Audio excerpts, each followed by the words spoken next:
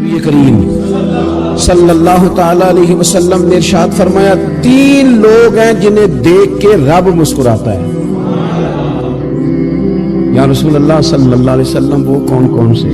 تو محبوب فرمانے لگے ایک وہ بندہ ساری مخلوق سوئی ہے، آدھی رات ہے، رات کا پچھلا پہر ہے، اس نے اٹھ کے وضو کر لیا، مصلی پہ کھڑا ہو گیا، خدا کی یاد میں فرمایا اسے دیکھ کے رب مسکراتا ہے جو اس کی شان کے لائق ہے۔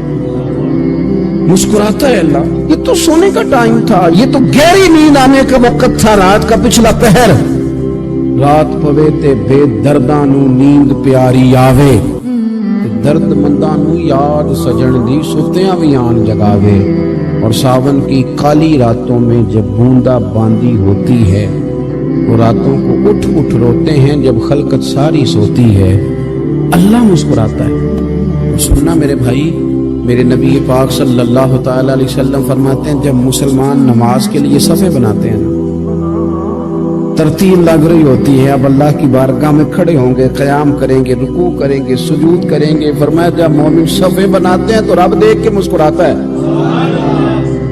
مسکراتا ہے۔ کمال ہو گئے عروج بندگی کا، جب بندے کو دیکھ کے رب مسکرائے، خدا بندے سے خود پوچھے بتا تیری رضا کیا ہے، مسکراتا ہے۔ اور میرے نبی پاک علیہ السلام فرماتے ہیں جب مجاہد جہاد کے لیے صفیں سیدھی کرتے ہیں، آج تو یہ رب کے نام پہ مرنے ہی آ گئے، یہ صفوں میں کھڑے ہوں گے، ترتیب سے لڑیں گے، ترتیب سے گلا کاٹیں گے کافروں کا یا شہادت لیں گے۔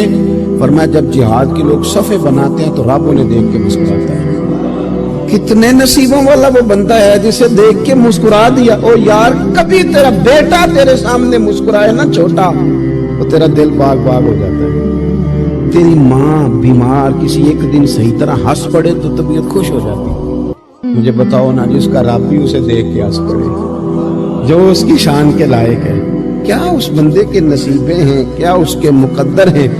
آپ اس مقام پر اپنے آپ کو لائیں۔ اب دیکھیں نا یہ حدیث آپ نے سن لی، اب ہم نے نا اس طرح صفحے نہیں بنانے کی اس طرح ساری دنیا، اب ذرا صفحے بھی شوق سے بنائیں، اب ذرا تھوڑا سا شوق پیدا کریں گے بھئی یہ تو میں وہ کام کرنے لگا ہوں جسے دیکھ کے رب مسکراتا ہے۔ نبی پاک صلی اللہ علیہ وسلم نے فرمایا جب کو بندہ توبہ کرتا ہے ہم توبہ کا رٹا لگاتے ہیں، یا اللہ میری توبہ یا اللہ۔ اور توبہ کا تو مطلب یہ ہے کہ پچھلے گناہوں سے پکی توبہ، آج کے بعد یہ غلطی نہ کرنے کا پکا وعدہ۔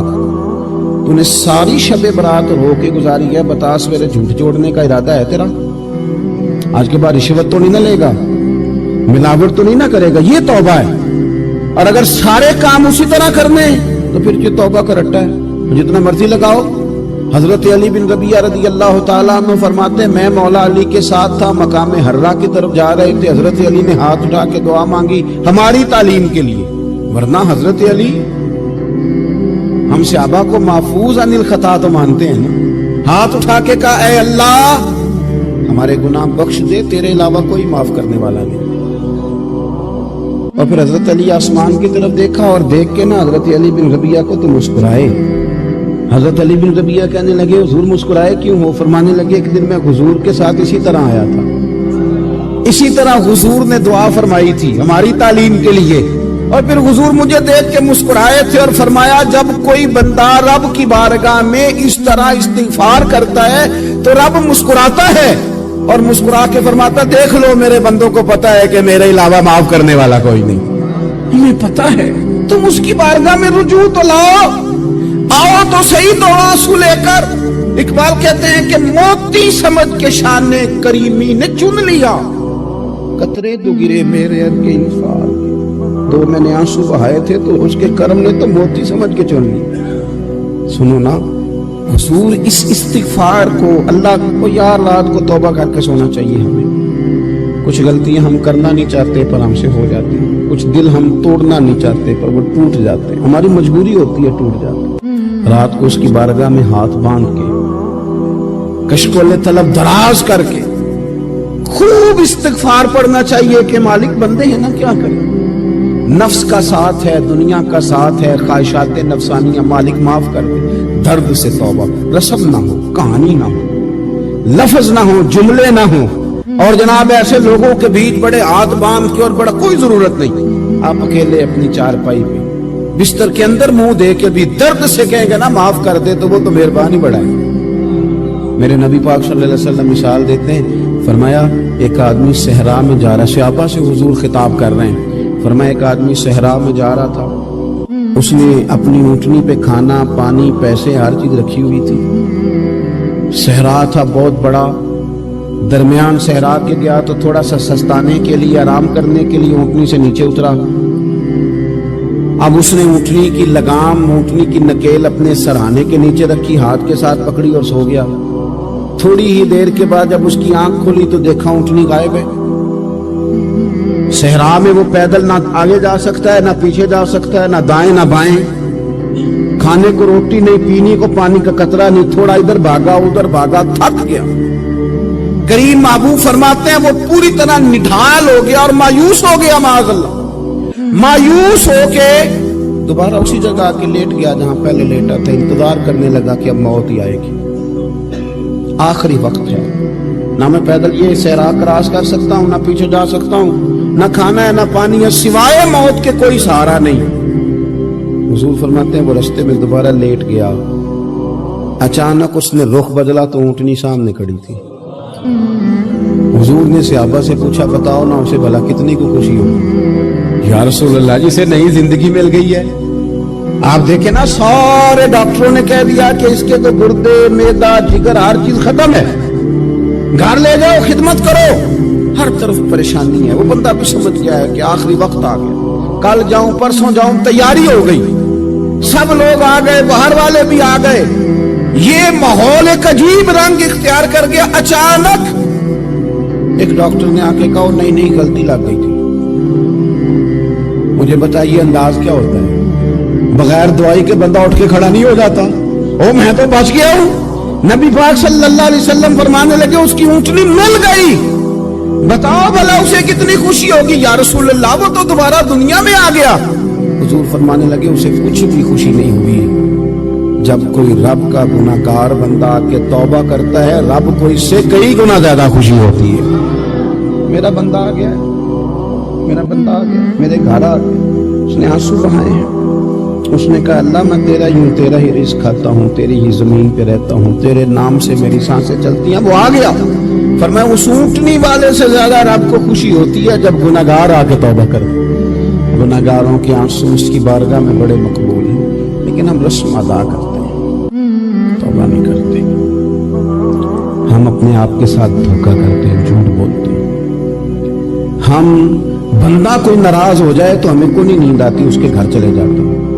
ہم اپنے سارے رشتوں کو تعلقات کو مینٹین کر کے رکھنے کے عادی ہیں، ہمیں پتہ ہے کہ وہاں میں نہیں جا سکا تو بیٹا بھیجتا ہوں، فلاں شادی پہ میں نہیں جا سکا تو بھتیجا بھیجتا ہوں، بھائی بھیجتا ہوں، ہر تعلق کا ہم نے خیال رکھا کوئی روٹھ نہ جائے۔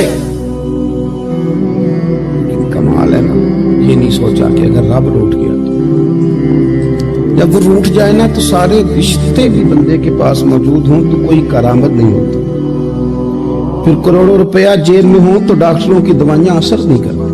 وہ روٹ جائے تو پھر انسان اس طرح سے پھسلتا ہے کہ بڑے بڑے اس کے پاس دروازے ہوتے ہیں پر کسی جگہ اس کا ہاتھ نہیں لگتا۔ خدا سنو، نبی پاک صلی اللہ علیہ وسلم کے پاس مہمان آ گیا، بخاری مسلم ہے، حضور نے ازواج مطہرات کے گھروں میں پیغام بھیجا کچھ چیز ہے ضیافت کے لیے؟ یا رسول اللہ کچھ بھی نہیں، یہ دو جہاں کے شاہ ہیں اور پاس کچھ رکھتے نہیں، دو جہاں کی نعمتیں ہیں ان کے خالی ہاتھ۔ یا رسول اللہ کوئی چیز بھی نہیں۔ حضور نے صحابہ کے مجمع پہ نظر ڈالی، یا رسول اللہ صلی اللہ علیہ وسلم حکم ہو، تو حضور فرمانے لگے تم میں سے کوئی بندہ ہے جو اسے گھر لے جائے روٹی کھلائے؟ ایک صحابی اٹھے فوراً، حضور میں لے کے جاتا ہوں کھانا کھلاتا ہوں۔ فرماتے ہیں میرے گھر میں صرف بچوں کا کھانا تھا، یہ نہیں کہ فریزر بھرا ہوا ہے نعمتوں سے، صرف بچوں کا کھانا، یہ نہیں کہ کسی کو دیکھ کے اپنی ہنڈیا پہ برتن دے لیا، صرف بچوں کا کھانا۔ کہتے ہیں گھر گیا، بیوی سے کہا کیا کیفیت ہے؟ کہنے لگی بچوں کی روٹی ہے۔ میں نے کہا بچے سلا دے، صبح ناشتہ کر لیں گے۔ تو کہنے لگی آپ کیا کھائیں گے؟ تو میں نے کہا نہ میں کھاؤں گا نہ تو کھائے گی، مہمان جو نبی پاک کا ہے۔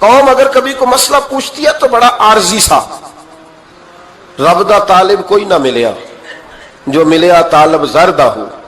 حضرت سلطان باؤ فرماتے ہیں کہ مطلب کدھر گئے لوگ جو رب کو طلب کرتے تھے، جن کی خواہش تھی کہ ہمیں اللہ کا قرب نصیب ہو، پیارے رسول صلی اللہ علیہ وسلم کی معرفت کا ذوق ہمیں نصیب ہو، وہ کہاں گئے؟ ہمارا ایک مقصد تھا، دیکھیں نا بڑا پیار آتا ہے اللہ کو اس بندے پہ۔ حضرت علامہ اسماعیل حقی رحمۃ اللہ علیہ فرماتے ہیں کہ اللہ نے فرشتوں سے کہا کہ میں نے انی جاعل فی الارض خلیفہ، زمین پہ نائب بناؤں گا۔ قالوا تجعل فیہا من یفسد فیہا ویسفک الدماء ونحن نسبح بحمدک ونقدس لک قال انی اعلم ما لا تعلمون۔